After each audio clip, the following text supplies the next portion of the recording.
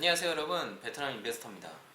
오늘 여러분들에게 전해드릴 말은 최근에 그 빈그룹과 그리고 마산그룹에 대한 일련의 이슈가 있었어요.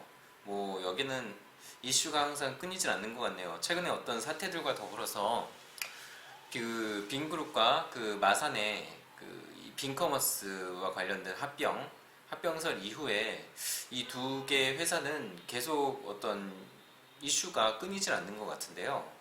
오늘 전해드릴 이슈는 그 뉴스에 나왔더라고요. 최근에 그 빈펄 에어를 빈그룹이 이제 진입을 하려고 했는데 그 항공사에서 빈펄 에어를 포기하겠다라고 이제 선언을 공식적으로 한 내용이 있었어요. 그리고 그 빈그룹 스쿨 그 빈 에비에이터인가요? 그 양성하는 조종사를 양성하는 그거는 뭐 계속 유지를 한다. 뭐 그거는 중요한 내용이 아니에요.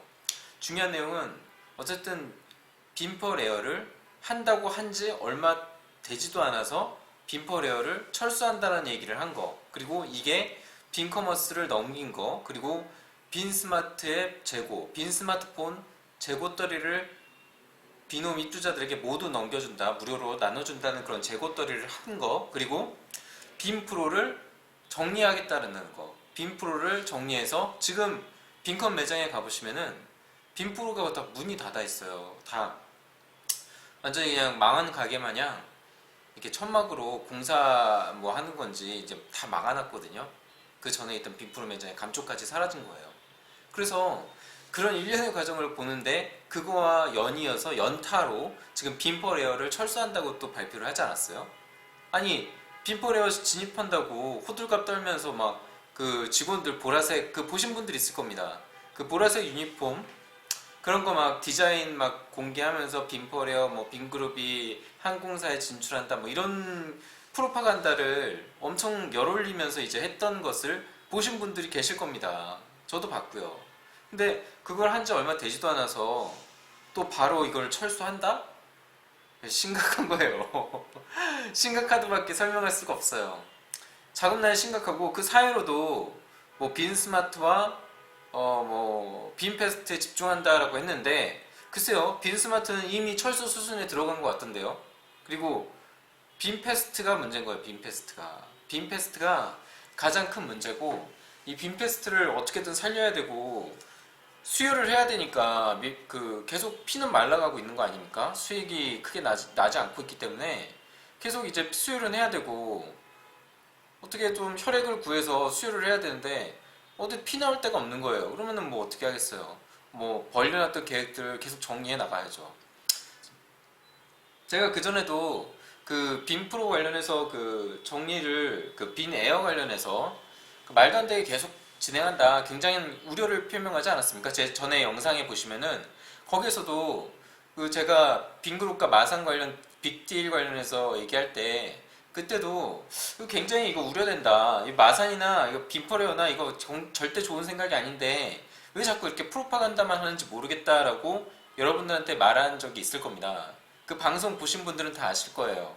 모르신 분들은 한번 가서 보시고, 일단 그 거기에서 언급했듯이 이런 내용은 절대로 빈그룹에 좋지 않고, 또 아예 그냥 한다고 얘기를 하지 말았어야지, 한다고 했다가 다시 철수하는 거는 또 다시 투자자들로 하여금 불안하게 만드는 것뿐이 안 되거든요.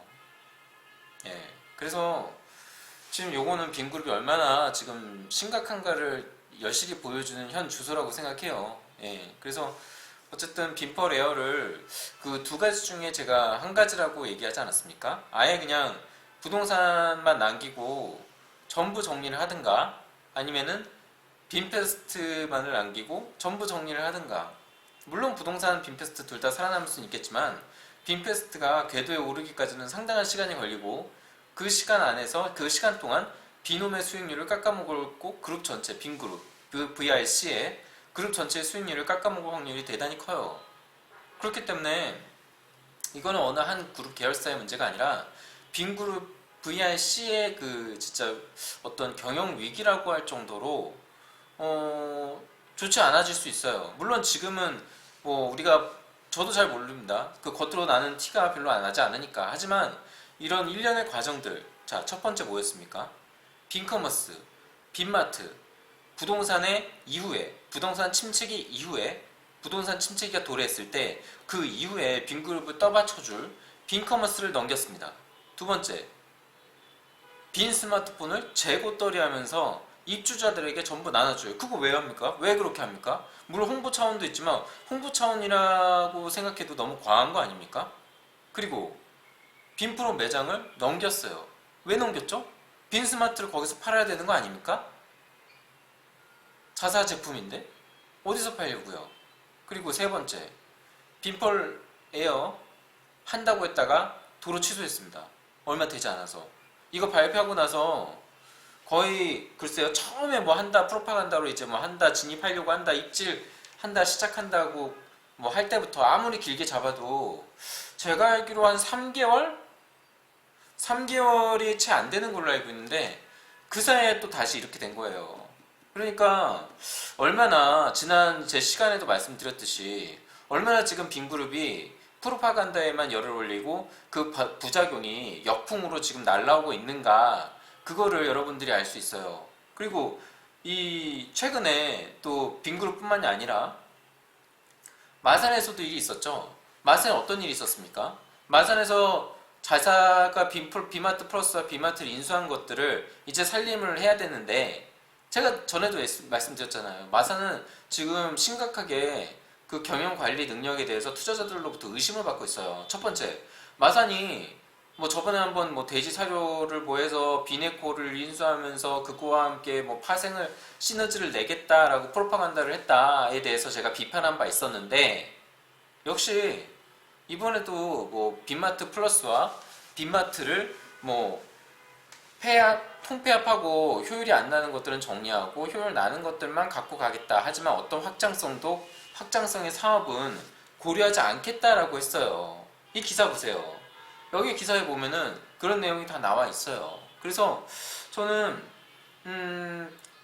이것도 절대 이거는 주가에 반영되지 않을 거라고 저는 생각을 했거든요. 왜냐면은 이게 주가에 반영되게 하려면은 일단은 기업이 그동안 해왔던 것들이 투자자들로 하여금 믿음을 줬어야 됐어요. 첫 번째로 프로파간다만 열심히 하다가 이제는 그게 안 통하니까 그냥 뭐 하겠다라고만 반복해서 얘기할 뿐이지, 사실 그로부터 나온 거는 딱 뚜껑을 열어보니 별거 없지 않았습니까? 그래서 이것도 똑같은 거예요. 구조조정 좋다 이겁니다. 그리고 뭐 통폐합하고 효율이 나지 않는 거 접어버리고 여는 거 좋아요. 아, 정말 꿀 같은 얘기죠. 당연한 얘기이기도 하고 꿀 같은 얘기이기도 해요. 손해 보는 거는 패점하면은 손해를 보지 않는, 이익이 나는 것들만 남기면 당연히 이익을 보겠죠. 하지만 그게 쉽냐고요? 절대 쉽지 않아요. 왜냐면은 그동안 빈마트 쪽에서 해왔던 것들이, 그 빈마트 플러스, 특히 이 빈마트 플러스에는 프랜차이즈가 되게 많거든요.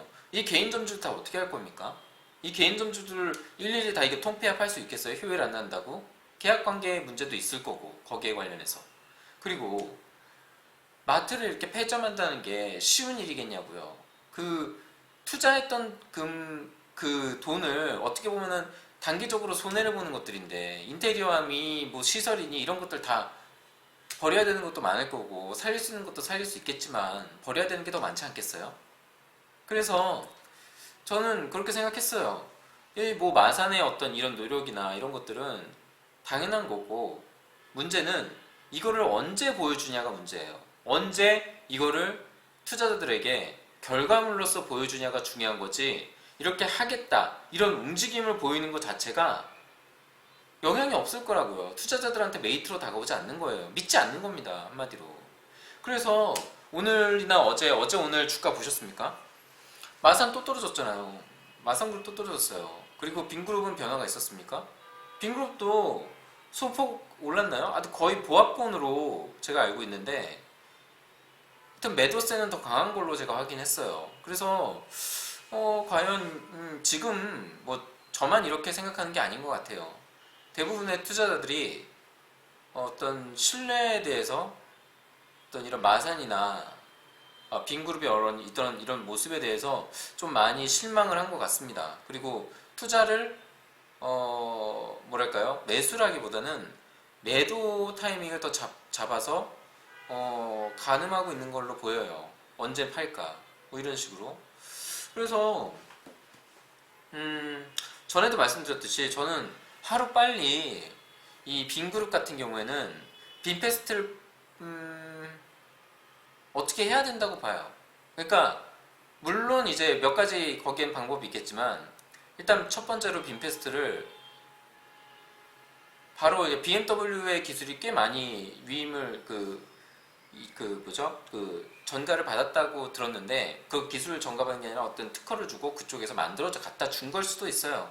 정확히 내막은 알 수 없으나 그거를 뭐 예를 들어서 여러분들도 아시는 분 계실지 모르겠지만 이 독일차 같은 경우에는 부품을 하나하나 별개로 취급해서 팔지를 않습니다.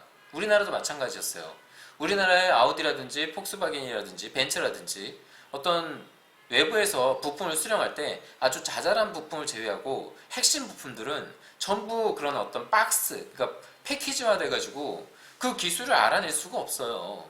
그냥 조립만 할 뿐입니다. 그런 식으로 이제 우리나라도 지금 돼 있고 몰라요. 폭스바겐 코리아, 아우디 코리아 어떻게 되는지 기어박스가 어떻게 조립되는지 몰라요. 그냥 독일에서 직수입으로 부품이 필요하다. 그러면 거기서 그냥 사와야 되는 수밖에 없는 거예요. 통째로. 하나하나 못 삽니다. 그런 것과 똑같이 이 BMW와 뭐 기술 협력을 맺었다라고는 하지만 빈페스트도 마찬가지로 그런 것들을 덩어리째로 수입해 오기 때문에 기술에 대한 어떤 교육 그리고 어떤 기술 이전 이런 것들이 거의 이루어지지 않았을 거라고 저는 봐요. 그렇기 때문에 하루빨리 이거를 개선을 해야 돼요. 예를 들어서 BMW에 베트남 시장을 열어주겠다. 문을 열어주되 이 빈페스트를 통해서 진입하는 문을 열어주되 빈페스트와 수익 구조를 너희들에게 많이 마진을 많이 지금의 어떤 비율이 있을 거 아닙니까? 지금의 빈페스트 이름을 달고 뭐 BMW 이름을 달고 어떤 수익 배분 구조가 있을 텐데 그거를 BMW에게 더 통 크게 많이 주고 이 베트남 빈페스트는 어떤 기술을 배울 수 있는 여지를 남겨달라. 기술 이전을 해달라. 어떤 거에 대한 기술 이전을 몇 년도까지 해달라. 이렇게 대신 우리가 그 시간까지는 당신들에게 이 베트남 시장에서 많은 혜택을 누릴 수 있게끔 우리가 마진 구조와 수익 구조를 개선해 주겠다. 이런 식으로 어떻게든 기술을 배우려고 해야 돼요. 제조업이 정말로 베트남이 빈그룹이 이루고 싶은 꿈이라면은 그런 식으로라도 기술 이전을 적극적으로 받으려고 길을 써야 됩니다. 지금. 아니면은 지금같이 뭐 적당히 먹고 그냥 나는 적당히 먹고 너는 적당히 먹어 이런 식으로 해서는 가격 경쟁력도 안 될 뿐더러 장래성이 전혀 없어요. 일단은 가격 경쟁력 때문에 차가 거의 팔리지 않을 겁니다. 지금 뭐 차 돌아다니고 있는 것들 물론 산 것도 있겠지만 글쎄요 정치나 이런 인사 고위 공직자들에게 아무래도 사회주의 체제이다 보니 그런 공직자들에게 거의 공짜다시피 할 정도로 주는 것들이 더 많지 않겠어요? 제가 지난 시간에도 말씀드렸다시피 이 돈으로 살 수 있는 차종이 굉장히 많아요. SUV 그거 한 8천만 원 정도 하는데 그거 아무리 세금 뭐 2배씩 얹고 해도 일본 차 뭐 웬만한 4, 5천만 원짜리 SUV는 여기서 살 수 있다는 얘기예요. 우리나라에서 한 4, 5천만 원 하는 것들 있죠. 그런 SUV 되게 많잖아요. 일본 브랜드. 그게 여기에서 혼다든 뭐 도요타든 뭐 CRV든 유명한 CRV도 여기 굉장히 많이 팔려요. 그리고 포드도 마찬가지고 그리고 뭐죠? 도요타 하이랜더인가요? 되게 많이 팔려요. 되게 많이 돌아다니고 있고 그런 차들하고 경쟁이 과연 될까요? 물론 이제 애국심에 호소한다고 해도 글쎄요 한계가 있을 것 같은데요. 얼마나 팔릴까요? 그게. 그래서 일단 빈페스트가 생존을 하기 위해서는 첫 번째로 부품 사업 내지는 그 기술 이전에 대해서 적극적인 교육을 받을 것을 담보받아야 돼요. 그리고 그만한 혜택을 기술 이전을 해주는 그 선진국의 선진 글로벌 회사한테 그만한 혜택을 줘야 돼요. 지금 그래야 돼요. 안 그러면은 답 없어요. 지금 뭐 이렇게 해봤자 걔네 그 친구들이 기술 안 가르쳐줘요. 독일 차들은 아까 얘기했다시피 부품을 통째로 기어박스식으로 엔진박스식으로 통째로 주기 때문에 자잘한 밸브들이나 뭐 이런 거 아주 자잘한 부품들 뭐 그런 것들이나 이제 단품들로 있겠지만 핵심 기술은 배울 수 없다고요. 빈페스트가 국산화시키는 게 목표 아니겠습니까? 일단 제조업에 뛰어들었으면은 최종 목표는 100% 국산화잖아요. 그러면은 적극적으로 저걸 다 먹기 위한 노력을 해야 돼요. 그런 노력을 하지 않는 이상은 빈페스트는 절대로 메리트가 없습니다. 왜냐?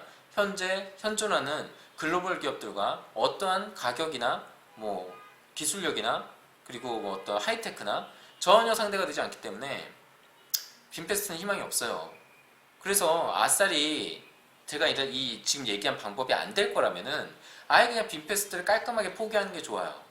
깔끔하게 포기하고 유통 부분 다시 찾고 비농과 부동산과 유통, 내수 시장, 내수 소비재 시장 그런 것들을 위해서 적극적으로 노력하면서 비네코도 왜 더 클 수 있는 거를 그렇게 바로 넘깁니까? 물론 부가가치가 낮긴 하지만 식품이라는 어떤 미래 산업을 봤을 때는 더 개발하고 상품화시킬 수 있는 여력이 있었는데요. 다시 찾고 부동산을 바탕으로 해서 그런 식품과 그리고 유통과 그리고 부동산 리조트와 그리고 부동산 개발하면서 이제 거기서 이제 하나 둘씩 늘어나면서 빅퍼 레어도 하는 것도 좋다 이거예요. 하지만 지금 상황에서는 빈그룹이 다른 그러니까 빈페스트를 포기하고 이렇게 행동할 것 같지는 않아요.